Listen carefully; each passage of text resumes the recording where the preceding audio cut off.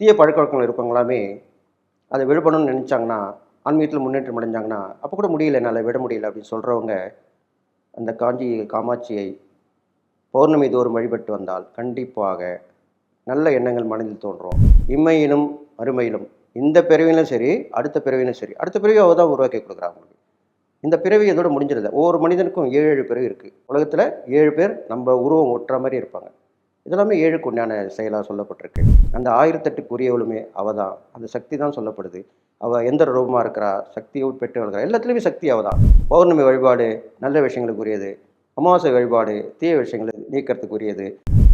Trend பக்தி நேயர்களுக்கு அடியேன் உங்கள் சிவயோகி சிவசக்திமான் சாமிகள் வணக்கத்தை தெரிவித்து, இந்த பதிவில் அகிலாண்ட கோடி பிரம்மாண்ட நாயகி சாட்சாத் அந்த ஆதிபராசக்தி தான் சொல்ல போகிறேன். அந்த தாயின் மகிமை பற்றியும், அந்த தெய்வ சக்தி எப்படி தோணுது, அவளை வழிபட்டா என்ன, அவளை பிடிச்சிக்கிட்டா என்ன நடக்கும், இது மாதிரிலாம் இந்த பதிவில் விளக்கமாக சொல்ல போகிறோம் உங்களுக்கு. அதனால் இது கவனமாக கேட்டு கேட்டுட்டு என்னோட குருநாதருக்கு நான் வணங்குறேன். ஓம் குருப்யோ நம. நற்பவே நற்பவே நற்பவே. ஓம் காஞ்சிவாசாய வித்மகே சாந்தரூபாய தீமகே தன்னோ சந்திரசேகர பிரச்சோதயாத். என் ஆத்மாத மகா காளிமங்க. ஓம் காளிகாசாய வித்மகே மசான வாசின்ன தீமகே தன்னோ அகோர பிரச்சோதயாத். தாயின் மகிமை. தாய் தந்தை தான் சொல்லுவோம். நம்ம வாழ்கிற நாடும் தாய் நாடு தான் சொல்லுவோம். தாயின் சக்தி அளப்பரியது. எந்த ஒரு உயிரையும் பெற்று உருவாக்கி கொடுப்பவள் தான் அந்த தாய். அப்பேற்பட்ட அந்த தாய் தான் அவளுடைய மகிமையை, அவளுடைய விஷயத்தை சொல்லப்போம். இந்த உலகத்தை படைத்தவளே அவள் தான். ஆதிசக்தி. ஆதினாலே பழமையானவர். அப்போது அந்த சக்தி தோன்றார். அப்போ தான் சக்தி யோகம் ஆரம்பிக்குது. இந்த உலகத்தில் முதல்ல தோன்றியது சக்தி யோகம். அவள் ஒளி வடிவில் தோன்றார். அந்த உலகத்தை படைக்கிறார். உலகத்தை படைக்கும்பொழுது அவளும் ஒரு துணை தேவன் சொல்லி ஆதி சிவனாக விளங்கக்கூடிய அந்த ஈஸ்வரனை துணைக்கு படைத்து விட்டார். சக்தி தான் சிவனை படைச்சது, தன்னுடைய துணைக்காக படைத்துக்கிட்டார்.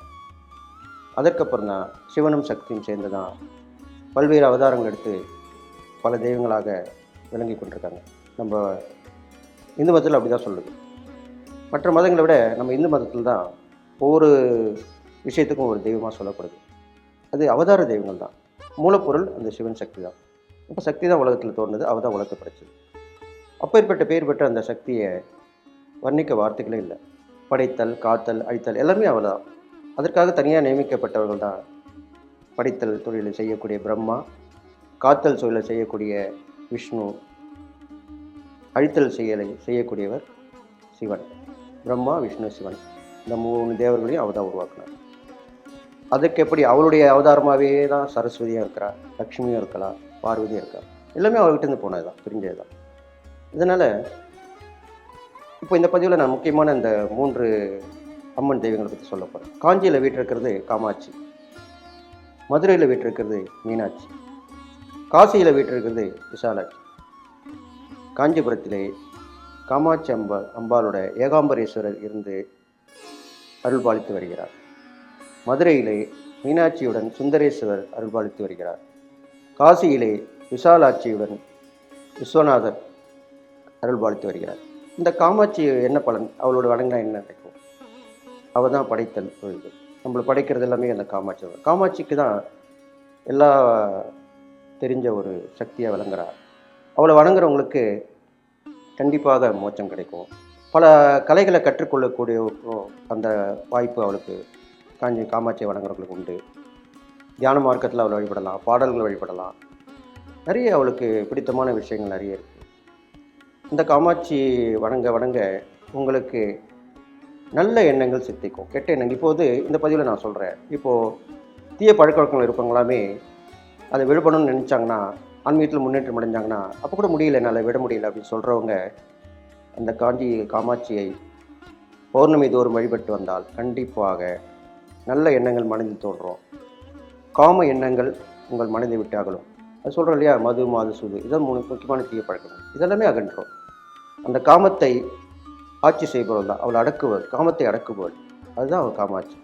அதனால் இந்த காமாட்சியை வழிபட்டு வந்தால் எல்லா நாளும் பெற்று வாழணும்னு சொல்லிட்டு அடுத்ததாக மீனாட்சி பார்க்கும்போது அவள் காத்தல். நம்மளை காக்கிறது அவள் தான். மீனாட்சி தான் அந்த காலத்திலே மீனாட்சி புராணத்தில் சொல்லலாம். அவள் எல்லாமே ஜெயிச்சு வெற்றி பெற்று ஈஸ்வரனியை நினச்சி அவரை மணந்தவர். அவள் அவதாரம் எடுத்து பூமியில் வந்து வாழ்ந்து அரசாட்சி பண்ணியிருக்காள். அதில் தான் மதுரையில் மீனாட்சின்னு சொல்லுவாங்க.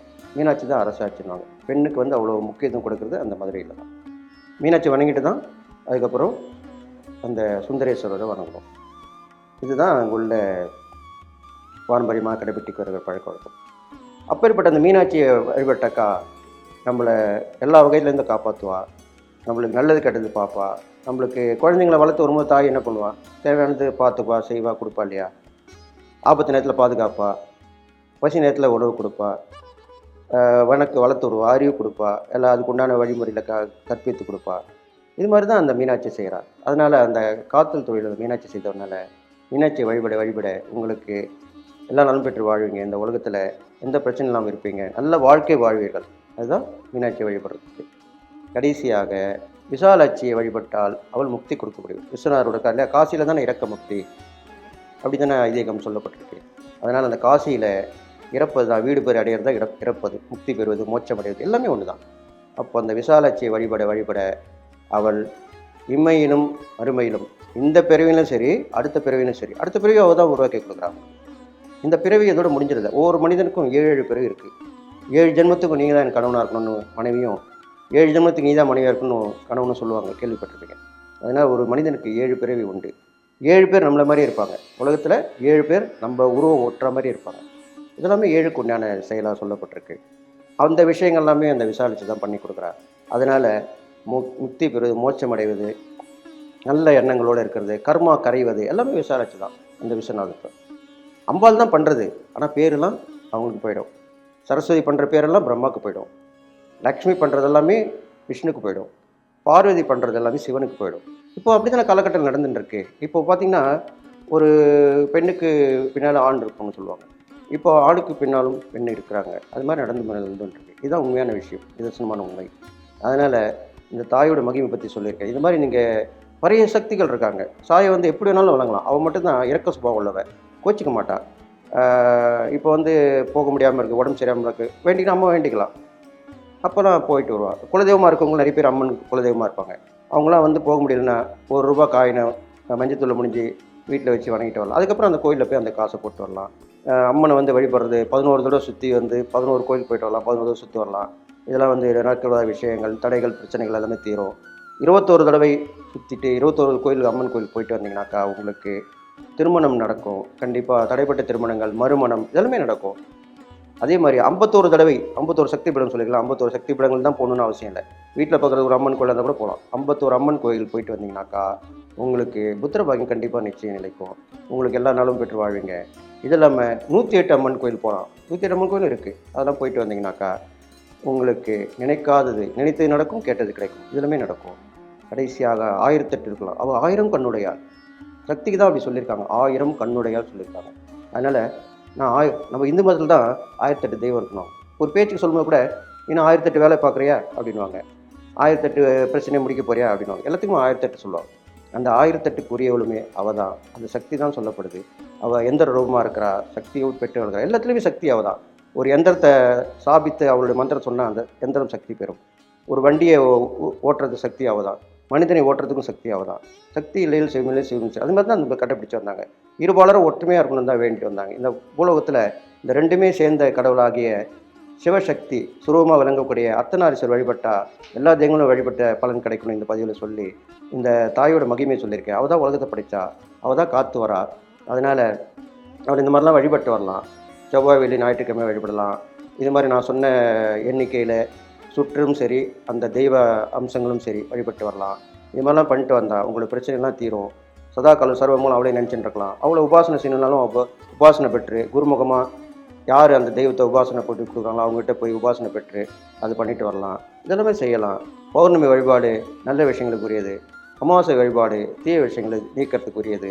அவளுக்கு வந்து எலுமிச்சை மாலை பாலை போடுங்க, பூசணி விளக்கு ஏற்றுங்க, தீபங்கள் நிறைய போடுங்க. அவள் வந்து அந்த தீபத்தை விளக்கொளியில் இருப்பாவ. விளக்கொளியில் தான் நிறைய தெய்வங்களை இப்போ காணணும்னு சொல்கிறோம். இப்போலாம் சமீபத்தில் பார்த்தீங்கன்னாக்கா, நீங்கள் விளக்கொளிலே படம் கூட வேணாம், விளக்கொளிலேயே நீங்கள் வணங்குற தெய்வத்தை வணங்குங்க, கண்டிப்பாக தோன்றுவா அந்த அம்மன் அப்படின்னு சொல்கிறாங்க. அதனால் உடனே தோன்றக்கூடிய தெய்வம் அவள் தான். அந்த சக்தி வழிபாடு உகந்ததாக சொல்லியிருக்கேன். அந்த தாயோட மகிமை பற்றி சொல்லியிருக்கேன். இந்த பெண் தெய்வ சக்திக்கு மிஞ்சின சக்தி வேறு உலகத்தில் எதுவுமே இல்லைன்னு சொல்லிவிட்டு, நீங்கள் நான் சொன்ன மாதிரி இந்த மூர்த்தங்களையும் நான் சொன்ன வழிமுறையில் கடைப்பிடித்து வணங்கி வந்தீங்கன்னா நீங்கள் எல்லா நலமும் பெற்று வாழுங்கன்னு சொல்லி வாழ்த்தி என்னுடைய உபாசனை மகா வரேங்க. ஓம் மகிஷத் பஜாய வித்மகே சண்டகஸ்தாய திமகே தன்னோ வாராகி பிரஜோதயாத். வாராகர் பரிபூர்ணம் கிடைக்கும் சொல்லி வாழ்த்தி விடைபெறுகிறேன். நன்றி, வணக்கம்.